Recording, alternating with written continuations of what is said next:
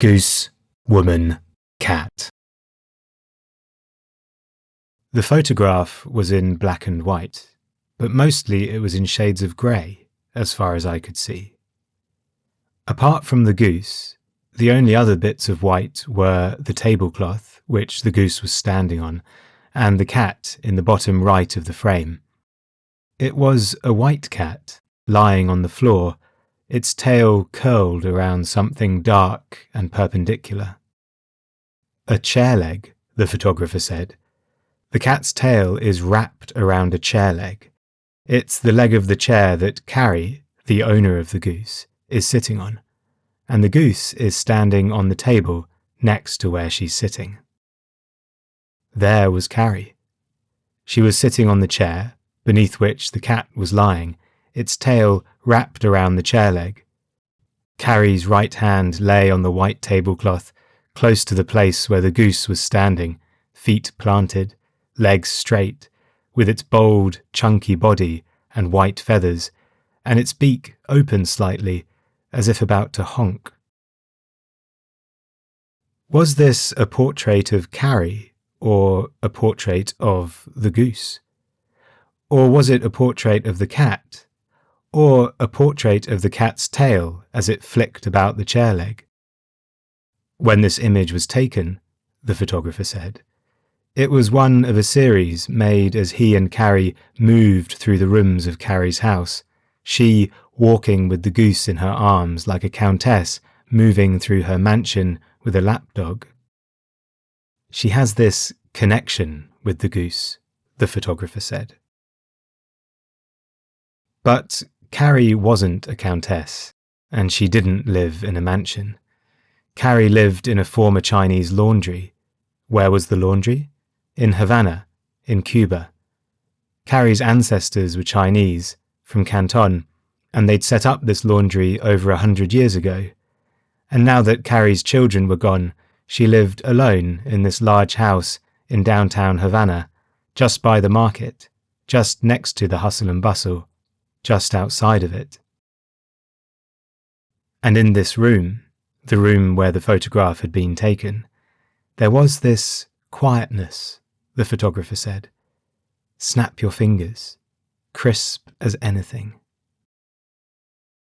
The goose was standing on the table, and Carrie was sitting on the chair, and both Carrie and the goose were looking off somewhere beyond the photograph's frame, towards the place where daylight was coming into the room and playing its way across the image, picking out first the whiteness of the goose, then the woman's face, then the cat and its tail wrapped around the chair leg.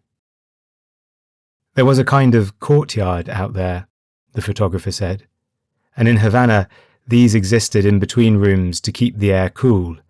It was an open space where, when this had been a working laundry, the clothes were hung out to dry. Now there was none of that left, the photographer said, but still, Carrie had walked through the house, and he had taken photos, and they'd come to this room, and the woman had perched on the chair where she always perched, and the goose had gone on the table where he always went, and the cat had sat where the cat sat, and the moment was captured. Snap. Later, the photographer said, he'd looked at the image and noticed these details. The tablecloth, which was as white as the goose and appeared to hover above the floor. The aforementioned cat's tail as it flicked around the chair leg. The dresser in the background, and on it a doll and a Mickey Mouse mug, and bits and pieces, and bric-a-brac. Then, on the left, there was the large bottle used for storing cooking oil, a daily necessity, and now, because of the crisis, a daily struggle. Then he'd seen the makeshift cooking space that housed the oil bottle. It wasn't a kitchen, it was too small.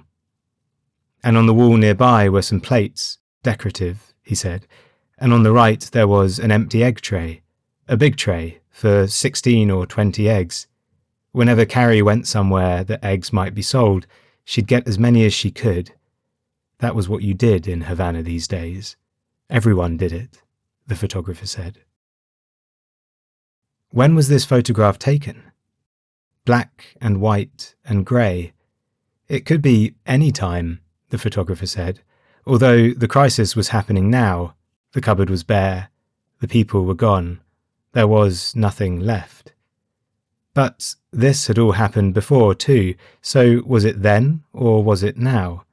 The bric-a-brac on the dresser, Mickey Mouse on the shelf, the doll and the white goose and the tablecloth, and below the woman's chair, the cat, tail flicked around the chair leg. "Let me tell you something about that cat," the photographer said. "Because when I first met Carrie and we went to this room, I saw that this cat was sitting on the stovetop there, and he had all of this dark stuff hanging off the bottom of his white fur all along his undercarriage. And I said to Carrie, 'Look, I don't want to be rude, but your cat's covered in excrement.' 'No,' she said, 'that's not excrement. He just gets singed when he sits on the stove. It's where he likes to sit. It keeps him warm.'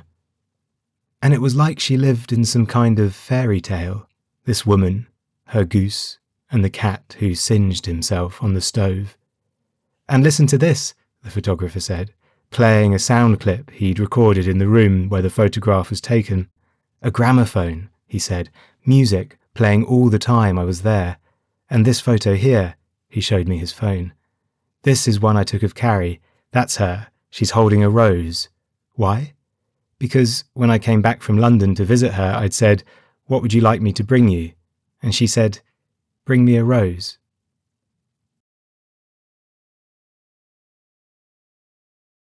Written and performed by Joseph Rizzo Naudi, after James Clifford Kent's photograph, Carrie with her goose, Axiuli, and her cat, Haitu. Part of the No I Mas Na series. Text based on a collaborative description conversation between James Clifford Kent, Hannah Thompson, and Joseph Rizzo Naudi at the National Portrait Gallery, London, 10th of December, 2024.